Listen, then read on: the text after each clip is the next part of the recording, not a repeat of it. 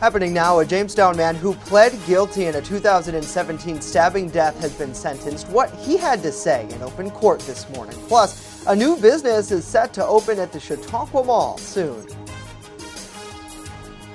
Well, if you look outside or even the radar image behind me, you can see we've got rain on the way. Some of it will be heavy. We'll time it all out and more as the news at noon starts right now. Live and on demand, this is WNY News Now. The 22-year-old who pled guilty in the 2017 stabbing death of a Jamestown man was sentenced in the case this morning. Thank you for joining us for WNY News Now. I'm Justin Gould. Today, the defendant himself spoke out in an attempt to withdraw his guilty plea moments before the sentencing came down. Our Matt Hummel has more from Mayville.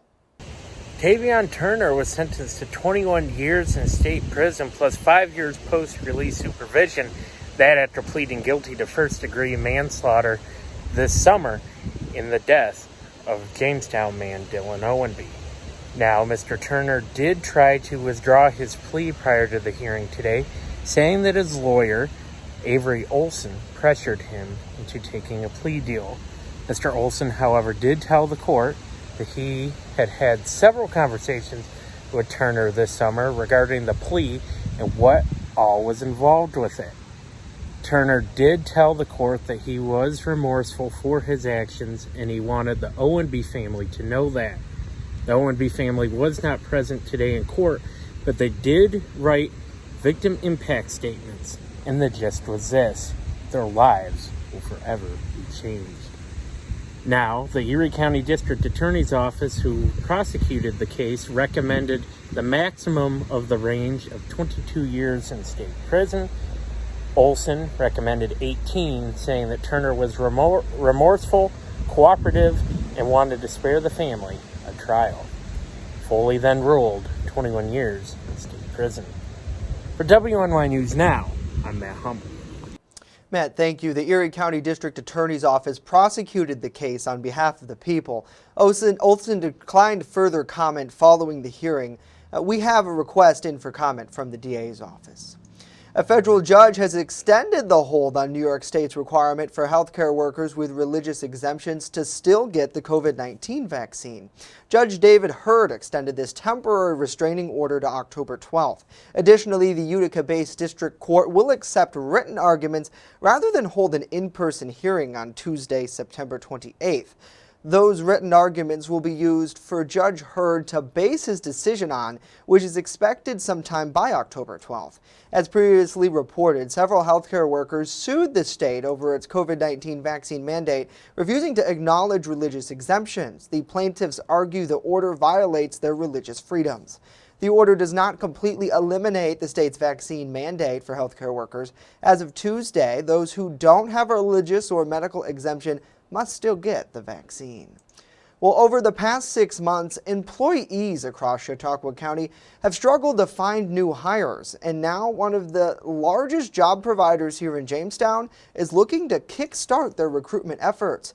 Our Dante Roberts joins us live in studio with more on what these opportunities are. Dante? Justin, the Resource Center in both Jamestown and Dunkirk are holding a job fair this week, and they are looking to hire a large number of people with or without experience. Community Relations Director Steve Watterson is spearheading a partnership with local religious leader Reverend Lee Croft from Healing Ward Ministries Church. The two plan to use each other's resources to better the community. On Thursday we are going to use their parking lot on West 3rd Street for an outdoor job fair, going to take place from 9 to 11 and again from 2 to 6.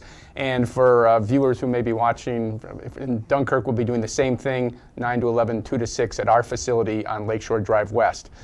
The focus of this is to try to get more direct support professionals to work at the Resource Center. Watterson acknowledges that the pandemic has impacted their recruitment efforts, mentioning that when schools closed, parents were making the decision to stay home with their children. This has created a drought in new hires. However, he is thankful they are starting to see a resurgence in applications. We have been happy to see that in the last 3 weeks there have been an uptick in the number of applications that have been coming in. We've been hiring more people, so we're just hoping that that trend is going to continue going forward. Those looking for more information can do so online at theresourcecenter.org.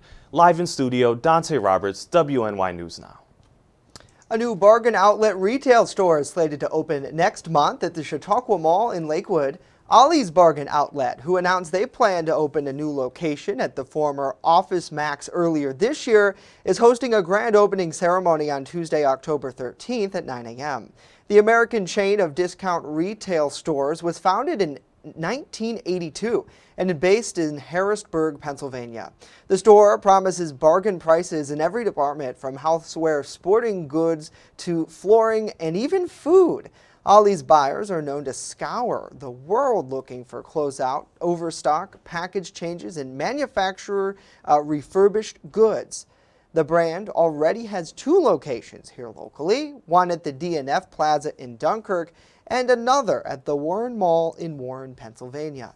In total, the outlet planned to open 50 new stores nationwide this year. Certainly pretty exciting news for shoppers. Let us know what you think about these stories and more in the comment section down below. We always love to hear from you. Great to see Alex. Good to see Kelly, Barry, Shauna, and Dave. Hopefully you're all having a great day and staying dry out there. And we want to give a moment to say hello to those of you who are now watching us on television. You can download our brand new Roku app. It's on channel 716. Be sure to add it to your channel lineup today.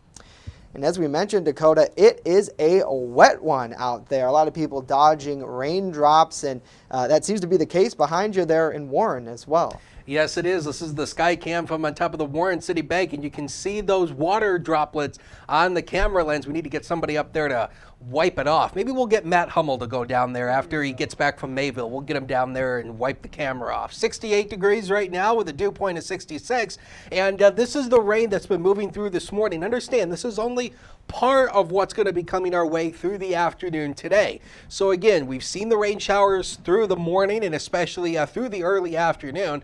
Now, we already do have a flash flood watch in place for portions of northwestern Pennsylvania. It does not include Warren County. It includes McKean, Potter, and all the counties to the south. We would not be surprised if this flood watch actually gets extended further northward into maybe Cattaraugus or even Allegheny counties. This is where the heavier rain is likely going to be. The model data really has shifted more of the heavier rain off to the east. We'll show you that, of course, with Future Scan a little bit later on. We topped out at 72 yesterday, started the day at 62, 10-degree temperature difference there, 90 and 24 are the record highs and lows. So just rain showers through the day. They increase through the afternoon with heavy downpours. There will be some breaks in the rain coverage at times, 67 to 75 with a south wind. Now, the rain really picks up, especially tonight and through the overnight. We'll talk about the rainfall totals, plus fall is here to stay. We'll talk about it with that 7-day later in the show. Justin? Yeah, you can definitely feel the chill in the air this morning. Dakota, we'll see you back in about 10 to 12 minutes. Governor Kathy Hochul announced a historic new effort to monitor air quality in disadvantaged communities statewide, making it the first of its kind in the U.S. It's all part of a new plan, which the state will conduct hyperlocal air quality assessments in communities that have been historically overburdened by pollution. It will then use that data to help develop strategies in reducing pollution in those areas. Overseeing this project will be the State Department of Environmental Conservation and the New York State's Energy Research and Development Authority. The DEC will additionally award communities air monitoring capability building grants to help address environmental justice around the state.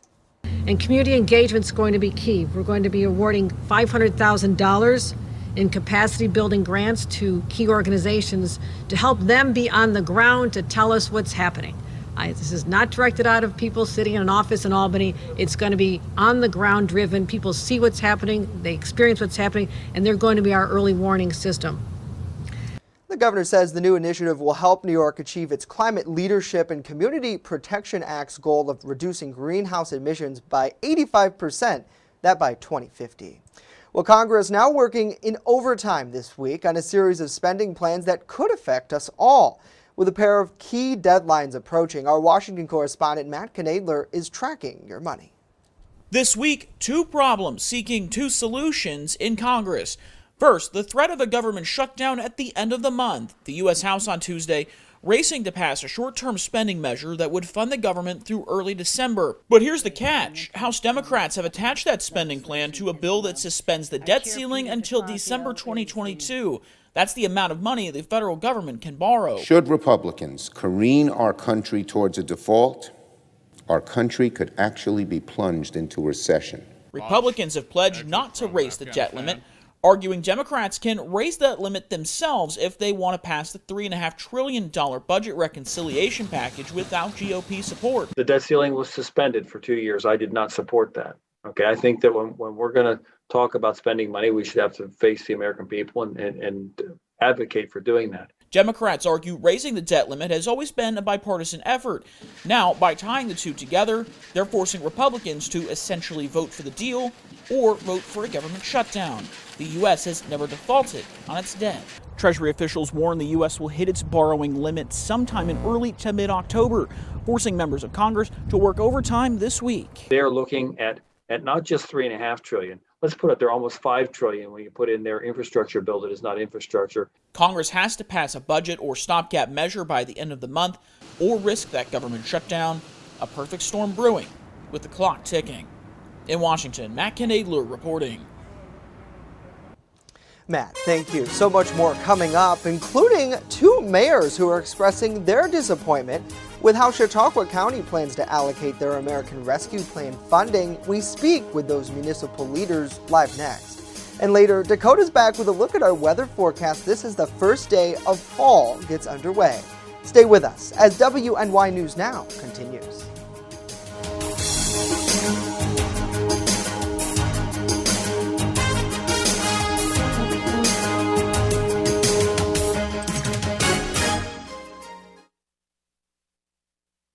With coverage that matters. This is WNY News Now.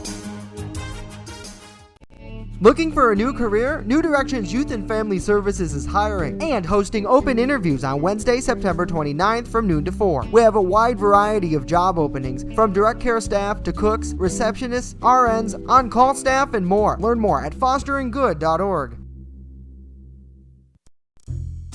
Located along the Amish Trail, the Randolph Retail Company offers a variety of clothing, jewelry, and gifts for any occasion. Offering uptown merchandise at small-town prices, our locally owned business balances quality and value. With complimentary gift wrap here at the Randolph Retail Company, we pride ourselves in personal service. Check out our Facebook page or stop in today at 127 Main Street, Randolph, just a 20-minute drive from Jamestown.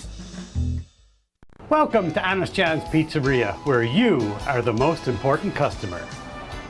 Everything from freshly made subs to the best of pizza and wings, Honest John's has it all. And don't forget the ice cream! Order online today or check out our two great locations with buffets ready for every appetite. Don't I have the best job in the world?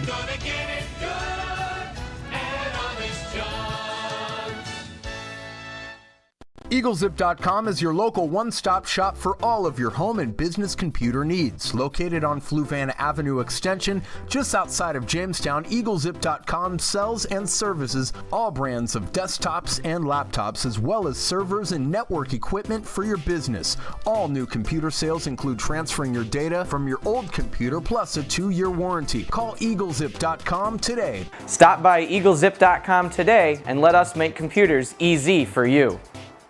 You're watching WNY News Now, where coverage comes first. Two municipal mayors in Chautauqua County are speaking out about their disappointment in the county executive's plan to spend funding under the American Rescue Plan Act. Jamestown Mayor Eddie Sundquist and Dunkirk Mayor Willie Rosa say they're frustrated that County Executive P.J. Wendell's plans to spend $24.6 million allocated by the federal government did not include projects in either of the county's two largest population centers. Joining us live on the program are those two local leaders to discuss more about where their frustrations come from. Gentlemen, thank you for joining us today. I really appreciate it. Thank you for having us. Thanks for having us, Justin. First, let's start with that. What led you two to speak out about the county's plan? Well, Justin, I think that first and foremost, both Mayor Rosas and I, as mayors of the largest cities in the county, we've got a lot of needs. We have high poverty rates. We have a lot of additional support. And we really want to push the county to make sure that they are transparent in this process, that they are working with the cities together. There is a lot of opportunity for us to combine funding to make projects even better. But what we unfortunately have seen is not a lot of interaction. And we've had one or two meetings maybe on some potentials, but as cities who've already put forth plans for dealing with this funding, who we've gone through and we've talked to the public, we've had listening sessions. I know Mayor Rosas was out there talking to the community left and right, and we've gone through, we've gotten that feedback, but we haven't seen the same thing from the county. And we've seen that the county's getting ready to vote on those projects with little to no public input at all. Mayor Rosas, to that point, is there anything that for you in Dunkirk that you were looking forward to participating with in the county with collaborative projects? Because it's a lot of money standing alone, but I'd imagine if you were to somehow combine some of the funding, it could be endless what we could see locally. Yeah, so early on in the process, upon the announcement being made that the county and the two cities and other municipalities within the county were receiving funding, I did have a discussion with our county executive over in his office where I approached him to see if we would be able to work collaboratively on a countywide road paving program. Currently in the city of Dunkirk, I feel that the process and the structure that we use for paving roads in the city is inefficient. And I was hoping that we could collaborate using some of these funds to change that whole structure on how roads are paved throughout the whole county so that all communities in the county could benefit from this. And so I haven't been it hasn't been well received. I don't believe that this is something that the county would like to take on with these funds. I have spoken with Mayor Sundquist, and we both agree that there's other initiatives that we could collaborate with the county on that would benefit not only the two cities, but also other communities within the county. So it is a disappointment because the two cities, as well as the county, have received plenty of funding. And if we work together, I believe that we can accomplish more and more county taxpayers could benefit from. Yeah, and Mayor Sundquist, to that point in particular, is that where your thinking is as well, is when you have these large-scale projects that really span Chautauqua County, that's something that you and Mayor Rosas are on the same page with? Absolutely. Mayor Rosas and I were joking right before we started that, I've talked to him a lot this week, right? And the reality is we talk and we try to coordinate projects the best we can. And, I think the biggest thing that we see, especially as cities, is that when we have a county that is losing population, that is starting to struggle, this is really an opportunity for us to completely change the landscape of Chautauqua County and of the cities that make up the population base. And to not be included in on it, granted, we understand that we've received our own funds, but we have the largest concentrations of poverty. We have the largest needs. And at the end of the day, our population centers are what keeps the county going. And to not be included in on that process, to not open up that process as a transparent way that we, as citizens of the county, as municipalities of the county, can comment and provide feedback is really a disservice to all of the residents and taxpayers.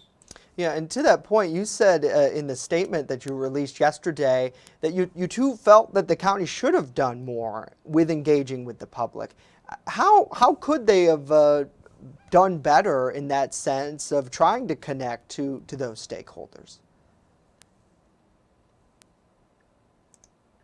Well, from my standpoint, I think that reaching out to the community, as Mayor Sundquist and his team have done, as well as our team here in the city of Dunkirk, we use the Northern Chautauqua Community Foundation to help us. We've done several of these presentations, public presentations, not only to include the public and inform them of the funds that we got and what projects we're able to use them for, but also to get some feedback from them. We have proposed to our council already projects that we would recommend, and I know that the city of Jamestown is at that point as well. So these are things that have been very public. I think including the community members is important, and I didn't see that happen at the county level. But again, for me, it was more important to state here that the two cities are a major part of the county. We carry almost 50% of the population in the whole county, and to not be included in this funding is very disappointing. Yeah, and do you know if there's still time for the county to say, hey, we want to work with you on some of these larger projects, or at this point, are the three municipal bodies likely to invest separately? I know that there is a meeting, the county legislature does have a meeting. I believe on the agenda is the proposal for these projects. So I don't know how much time is left or if there's any way that we can still be included. But again, it's very disappointing. It looks as if we are still going to be working in our own silos as opposed to the county taking the leadership role in uniting all municipalities in the county. We're going to lose out on a golden opportunity to change things moving forward. Yeah, and that's what I guess we'll see later today when the county legislature meets to discuss what the next steps are. Mayor Eddie Sundquist and Dunkirk Mayor Willie Rosas joining us on the program. Thank you both for your time. I really appreciate it. Thank you. Thank you.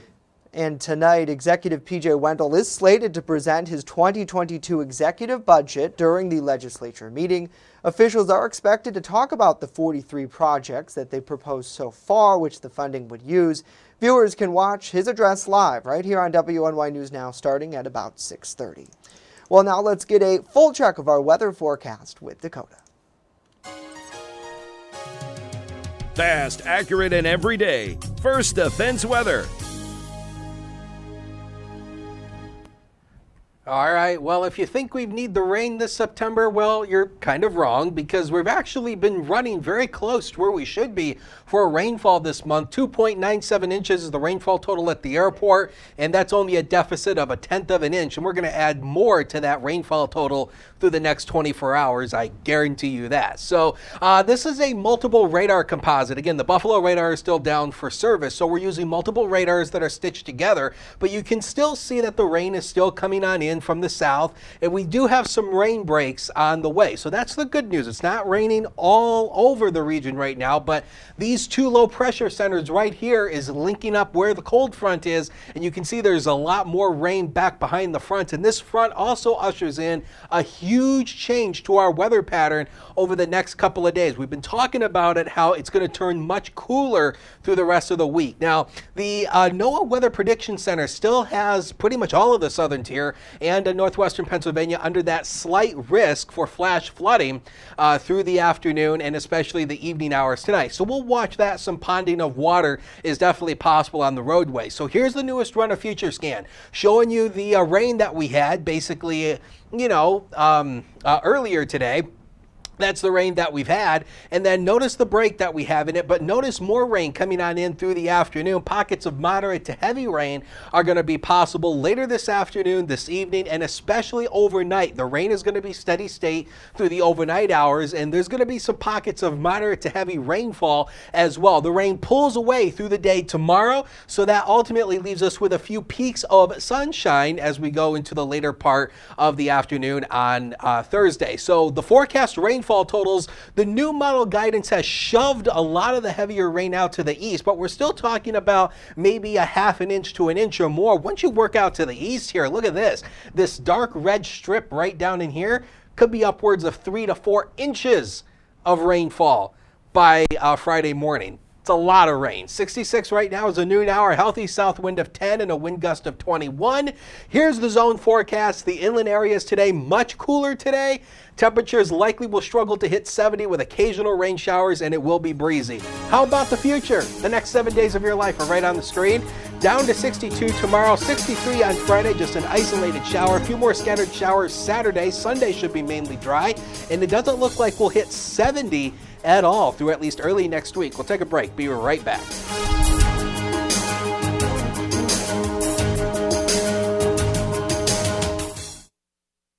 With coverage that matters, this is WNY News Now. I'm a survivor. I'm a survivor. I'm a survivor. Testicular cancer is the leading form of cancer in men aged 15 to 35. 1 in 250 men will be diagnosed with testicular cancer. But 98% will survive if detected early. As a survivor, I believe early detection is the key.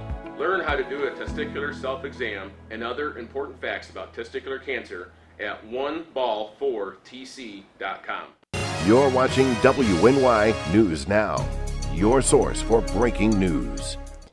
Well, today's the first day of fall, a time when we see cooler temperatures and leaves starting to change. And for some folks, you might already be seeing some of those leaves changing today. Molly Zamora with our news partner, WNY News Now, set out to find why that's happening. The dry conditions early in the spring, the wet conditions this summer, and kind of the back and forth are causing some of the leaves to change earlier and actually causing some of the leaves to drop. DCNR's District Forester Cecile Stelzer tells me there is no need to worry. We still have time to experience and see all the fall foliage this season. So even if you miss the best color in one region, you probably have another opportunity to catch good color just in a few counties just down the road. She informs me about what we can expect. We're expecting a really good fall foliage coloration. We have over 130 native tree species, all of which change color at different times, and they all have a little bit different color. Stelzer explains one of the most popular trees. Especially sugar maples, they tend to have some of the most variable colors. So you'll see yellows, oranges, and reds all in sugar maples. And so that's what makes Pennsylvania so beautiful and such a wonderful place to come and see the fall foliage. All right, Molly Zamora reporting. Great answers to those questions. Thank you, Molly. That's very interesting because I've noticed just the last couple of weeks even, we've started to see those colors changes. And I know that the folks at the state level, Dakota, they actually track that all over. Are we seeing this in other parts of the state too? Yes, we are actually. I was just looking at the fall foliage map, and actually you can look at the fall foliage map yourself. If you go to iloveny.com, it's very confusing. But they have a fall foliage map, and the way they do this is they have people all around the state who obviously look out for it, and they have an observation station at, I think at the Allegheny State Park. They have one there. And according to the map, much of Western New York is actually just starting to change color now. Yeah. And colors are actually starting to reach near their peak up in the Adirondacks, up in the Tug Hill. Really? So if you really want the best colors right now, you have to go all the way up towards Watertown, actually a little bit further inland, to get the best color. And actually, I'll show you the fall foliage map right here. I have it up on my the old-fashioned way computer right here. Yeah, we'll just hold it up to the camera. Just like that. But you can see the fall foliage map right there. And we're right about here. And whoop, whoop. Well, anyway, you get the idea. Right. We're just starting to change colors on the fall foliage map. And yeah, and it's definitely something that I know we're going to keep talking about as we go throughout. But a lot of people love to get out, get those fall pictures, right? Get the fam, take them up to, say, Allegheny. You can go and get those beautiful overlook scenic drives. And I went for a drive last week, and that's what I started to see was kind of briefly starting to see those leaves change in Cat County. So it's great to see Tanya. Good to see Rory, Lisa, David, and Sam. Hopefully you're all having a great day. We appreciate you tuning in. That's it for Dakota and I. Of course, news continues 24/7 at WNYNewsNow.com and on our free mobile app. If you haven't downloaded it already, I don't know what you're waiting for. We'll leave you with this live look over Chautauqua Lake. I still see some green there. We're back tomorrow. Have a great day.